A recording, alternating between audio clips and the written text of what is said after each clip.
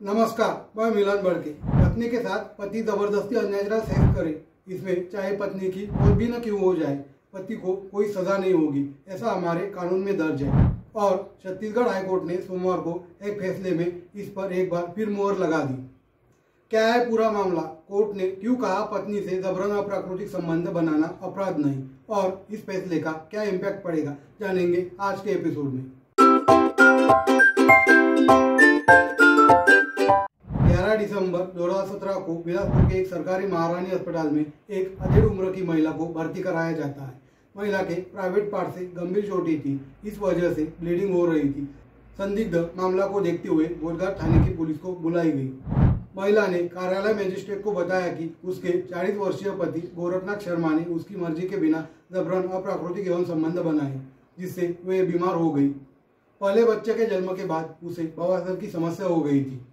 इस वजह से उसे प्राइवेट पार्ट में ब्लीडिंग और पेट में दर्द होता था। इसके बावजूद पति अप्राकृतिक संबंध बनाता था। महिला के बयान पर पुलिस ने आरोपी गोरखनाथ के खिलाफ आईपीसी की धारा 304, 376 और 377 के तहत मामला दर्ज कर गिरफ्तार कर लिया। 11 फरवरी 2019 को जगदलपुर की फास्ट ट्रैक कोर्ट ने आरोपी गोरखनाथ को 10 साल की कठोर कारावास की सजा सुनाई। इसके बाद पति ने फास्ट ट्रैक कोर्ट के फैसले को बिलासपुर हाईकोर्ट में चुनौती दी। पीड़ित महिला की मौत होने पर सरकारी वकील प्रमोद श्रीवास्तव ने उसकी ओर से केस लड़ा था। 10 फरवरी 2025 को छत्तीसगढ़ हाईकोर्ट के जस्टिस नरेंद्र कुमार व्यास की सिंगल बेंच ने मामले पर फैसला सुनाते हुए कहा कि पति को रिहा कर दिया जाए।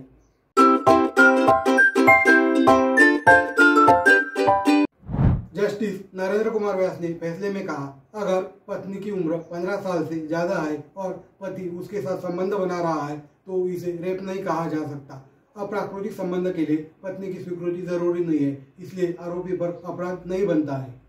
सुनवाई के दौरान बचाव पक्ष ने गैर इरादतन हत्या को लेकर सफाई देते हुए कहा कि आरोपी पति के खिलाफ कोई पुख्ता सबूत नहीं मिला है। यह पूरा केस सिर्फ महिला के बयान पर आधारित है। इस पर हाईकोर्ट ने कहा कि बिना किसी सबूत के आधार पर नहीं कहा जा सकता कि महिला को सेक्स के दौरान चोट लगी थी, जिस वजह से उसकी मृत्यु हो गई। जस्टिस व्यास ने धारा 304, धारा 376 और धारा 377 के तहत दोष मुक्त कर दिया। हाईकोर्ट का कहना है कि आईपीसी की धारा 375 के सेक्शन 2 के प्रावधान के मुताबिक पति का अपनी पत्नी के साथ यौन संबंध बलात्कार नहीं माना जाता है। अगर पति ने अप्राकृतिक सेक्स भी किया है तो आईपीसी की धारा 377 के तहत इसे अपराध नहीं माना जा सकता।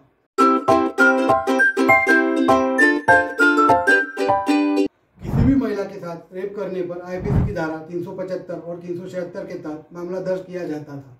अप्राकृतिक यौन संबंध के लिए धारा 377 थी, लेकिन इन कानूनों में पति पत्नी के संबंधों को अपराध माना गया है।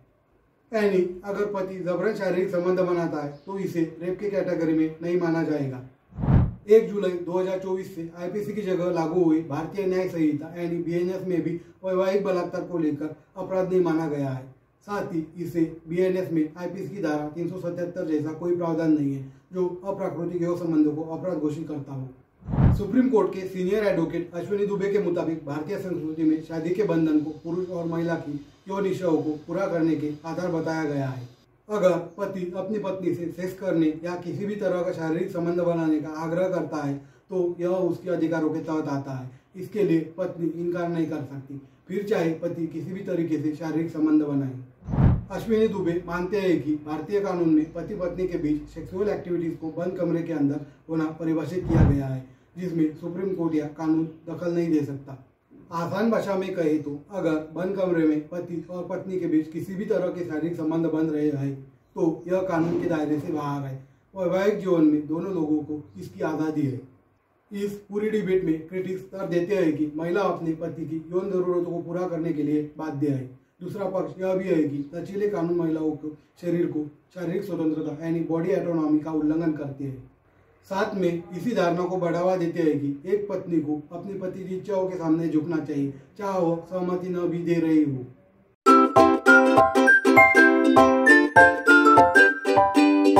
अश्विनी दुबे का कहना है कि हाईकोर्ट के इस फैसले से सोशल इम्पैक्ट पड़ना गलत है, क्योंकि जस्टिस के कानून के तहत फैसला सुनाया गया है। हालांकि सुप्रीम कोर्ट में इस कानून को लेकर लड़ाई जारी है। उम्मीद है कि सुप्रीम कोर्ट इस कानून में बदलाव के आदेश दे सकता है। महिला सशक्तिकरण के लिए काम करने वाले एक एनजीओ RIT फाउंडेशन की फाउंडर डॉक्टर चित्रा अवस्थी मानते हैं कि महिलाएं शादी में होने वाले यौन उत्पीड़न के मामले में कई बार आवाज उठा चुकी है। अब जरूरत है कि रेप से जुड़े कानूनों पर दोबारा काम किया जाए। महिला किसी की संपत्ति और खिलौना नहीं है जिसके साथ कुछ भी किया जा सकता है। सुप्रीम कोर्ट की सीनियर एडवोकेट करुणा नंदी ने सोशल मीडिया प्लेटफॉर्म एक्स पर कहा कि जस्टिस कानून से बंधे थे। नए BNS में मैरिटल रेप अपवाद के तहत अगर पति पत्नी की सहमति के बगैर उसके शरीर के किसी भी अंग में कोई वस्तु या अपना अंग डालता है तो इसे बलात्कार नहीं माना जाएगा। नए कानून में इसे बदला जा सकता था, लेकिन इसे वैसे ही रख दिया गया। हमने सुप्रीम कोर्ट में याचिका दायर की है ताकि इस मैरिटल रेप अपवाद को हटाया जा सके।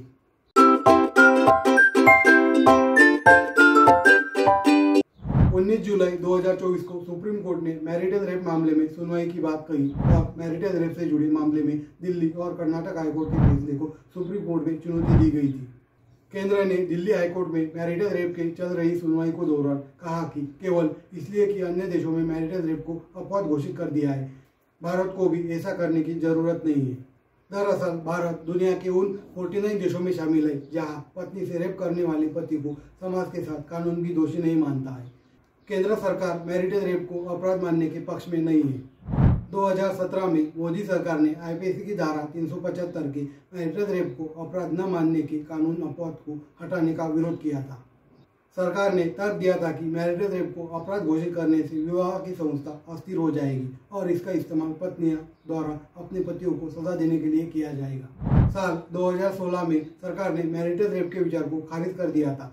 सरकार ने कहा था कि देश में ढेरों सामाजिक रीति रिवाज, धार्मिक विश्वासों और विवाह को एक संस्कार के रूप में माना जाता है। समाज की मानसिकता जैसे विभिन्न कारणों से इसे भारतीय संदर्भ में लागू नहीं किया जा सकता है। शादीशुदा महिला के पास मैरिटल रेप से बचने के 3 अधिकार हैं। पहला है तलाक का अधिकार। हिंदू मैरिज एक्ट सेक्शन 13 1995 के तहत पत्नी को अपनी पति की सहमति के बिना भी तलाक लेने का अधिकार है अगर पति ने उसके साथ शारीरिक और मानसिक अत्याचार किया हो। फिर कानून कहता है कि पति अपनी तलाकशुदा पत्नी के साथ यौन संबंध नहीं बना सकता है। दूसरा है अबॉर्शन का अधिकार। Medical termination of pregnancy act 1971 के तहत पत्नी अपनी प्रेगनेंसी को किसी भी समय खत्म कर सकती है, हालांकि इसके लिए प्रेगनेंसी का 24 हफ्ता से कम होना जरूरी होता है। कुछ स्पेशल केस में 24 हफ्ता के बाद भी अबॉर्शन कराने का अधिकार है। पत्नी को अपने ससुराल या पति की सहमति की जरूरत नहीं होती है। तीसरा है घरेलू हिंसा के खिलाफ रिपोर्ट दर्ज करने का अधिकार। घरेलू हिंसा अधिनियम 2005 के तहत कोई भी शादीशुदा महिला पति या ससुराल वालों द्वारा शारीरिक, मानसिक या सेक्सुअल या आर्थिक रूप से सताए जाने पर शिकायत दर्ज करा सकती है। इस पर सख्त कार्रवाई की जा सकती है। राष्ट्रीय परिवार स्वास्थ्य सर्वे के मुताबिक देश में अभी भी 10 में से 3 महिलाएं पति का शारीरिक या यौन हिंसा का सामना करती हैं। दुनिया भर के 100 देशों में से अधिक देशों में मैरिटल रेप को अपराध माना जाता है। वही भारत उन 3 दर्जन से अधिक देशों की लिस्ट में शामिल है जहां अपनी पत्नी से बिना मंजूरी के संबंध बनाने को बलात्कार नहीं माना जाता है। नमस्कार, मैं मिलन भड़की।